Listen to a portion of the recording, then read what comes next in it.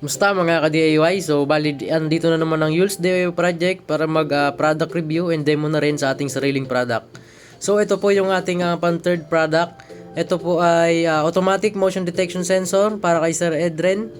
Ito po yung unit mo, sir. Automatic motion detection sensor po ito. Na automatic na rin kapag gabi, automatic siyang iilaw or sisindi. Tapos kapag umaga naman, automatic charging na siya mga ka-DIY. So ito pong unit natin mga ka-DIY, kung napapansin nyo po, clear glass na po ating ginamit dyan mga ka-DIY.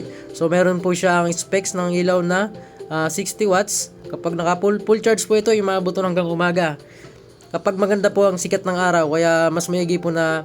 Pero pwede po itong i-charge via solar charge or AC charge pang kuryente sa bahay. Pwede po ito i-charge. Yan po yung kanyang solar input. Kasama na po sa atin dyan yung cord, AC cord, para naman kung hindi sapat yung ma-harvest niya sa umaga, so pwede nyo po siyang i-charge via AC charge. So ito po ay may battery capacity na 9,000 mAh, tapos built-in automatic motion detection sensor. So yun lamang po mga ka-DIY ang product review natin dito. So maraming salamat po sa patuloy na nagpa-follow sa ating Facebook page at patuloy na umorder at nagpapareserve ng ating mga unit. So yun lamang po, maraming salamat po ulit, and God bless you all po mga ka-DIY.